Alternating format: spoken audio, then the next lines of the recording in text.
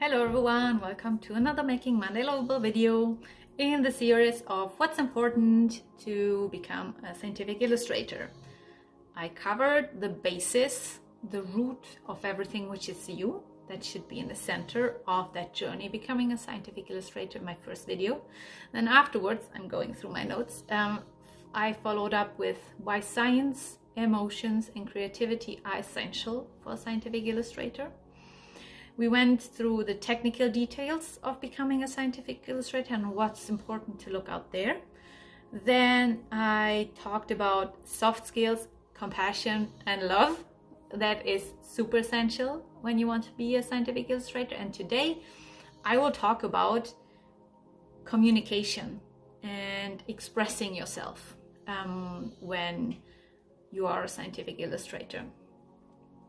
So you might have this whole idea ready that you want to become a scientific illustrator, do this style of these types of illustrations in this medical field with that software, and you're aware of your strengths and weaknesses and so on and so forth. And you have also, which I forgot to cover actually in the technical details. It's always good to have a website. So let's say you have your website set up and everything, and you're ready to go, but nobody knows that you exist. That can't work. So you're aware that you communicate science with scientific illustrations. That's one of the most important things that a scientific illustration does. But you also need to communicate that you're there, that you're out there in the world having this service, having this amazing concept, these amazing skills, and this drive to help other scientists. But if nobody knows that you're there, you won't be able to communicate their science. So it is essential for scientific illustrators, especially when you start your own company, becoming a freelancer, to know how to communicate yourself and what you do. It is super important. And then it's up to you how you want to do it. You can have a web page and you can have an Instagram profile and you throw things out there. But that still doesn't mean that people will come to you, because you need to actively engage. You need to make sure that you are out there as a person. So in my case, I was super shy and I was hiding behind my illustrations. I would just put out the illustration, write about the great science and everything, but I would never show myself. I started then later realizing, it's important to do that, so I throw a couple of pictures in here and there. So the people get to know me, my face, who I am, how I look, to bring some kind of awareness of there's a person behind this. Because in the end, people do business with people. So no matter how great of illustrations you do, if your potential clients don't know about you as a person, who you are, what you represent, the whole thing that you are, it is not so likely that they will come to you. So you need to find your way, how to comfortably share yourself and your skills with the world. And for that you pick, you have a web page with your skills and everything written down nicely and everything, and examples. And you make sure that this is kind of a space where people can actually approach you. And then you explore which social media platforms are best for you, depending on what illustration style you want to do. It could be very different platforms. And you focus on one and you start exploring and communicating about your existence. This can be a big journey. Most likely it will be a journey in which you will face a lot of, internal struggles, self-confidence issues, shame, shyness, all these things. I went through this.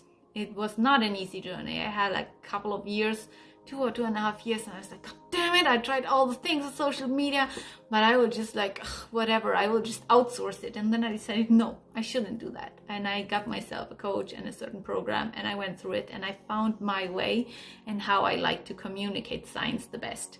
And I still continued to write and I used LinkedIn as, this platform here, basically.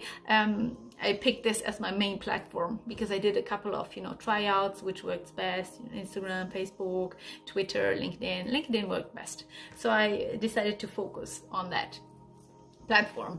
And then I still would show my illustrations, but I found a way in how to write about these illustrations that it was enjoyable for me to share it with the world. And it could look very different for you. You might have a totally different approach to how you want to write. I was damaged by academia. I hated to write. Before, I loved to write. I would write poems, everything. And throughout academia, writing papers, I hated it. It was horrible. And then I got back to a way of writing about the illustrations, scientific illustrations that I enjoy, because I want to do it, so it should be sustainable. And that's a really important step to find that for yourself, what it is, how it is. And again, it's about asking yourself and talking to other people and just trying, but really being true to yourself, what you feel is best for you.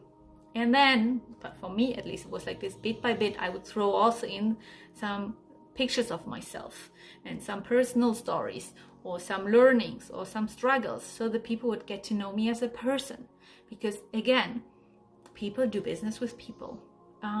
They might look at the illustrations like, oh, that looks great, but I don't know who the person is. Do I actually trust them? Do I want to give them my knowledge, my money?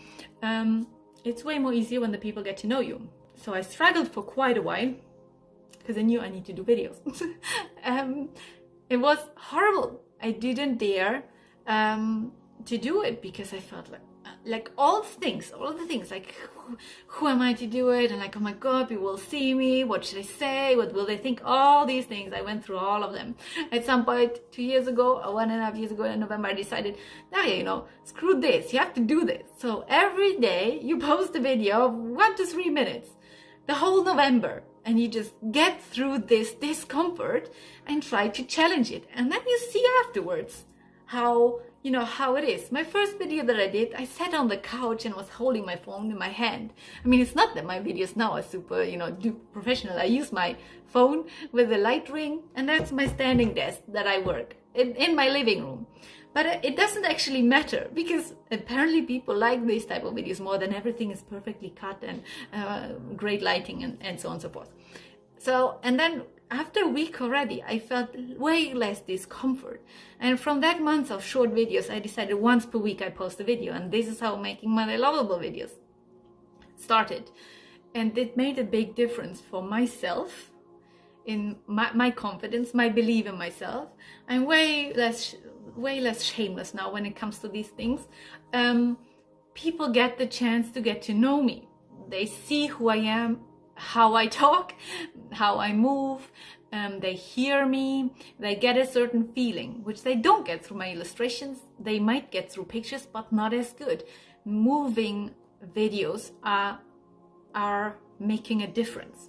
And I communicate about my science, I communicate about my thoughts, like this little series, what is important when you want to become a scientific illustrator. It's not relevant for all my potential clients here on LinkedIn, but it gives them an idea of who I am as a person. So this way of communicating myself and bringing myself out into the world leads to and led to many people approaching me and becoming clients. So it was a process, but it was totally worthy. And this process might look different for you. And you might find another way, another entry point, or you might immediately start with videos because you're super confident. It's just really important that you're able to communicate about your existence and what you do in a way that you feel most comfortable, so people actually come to you for making their science beautiful. So that's it for today. I wish you a great Monday and a nice week, and talk to you next week. Bye!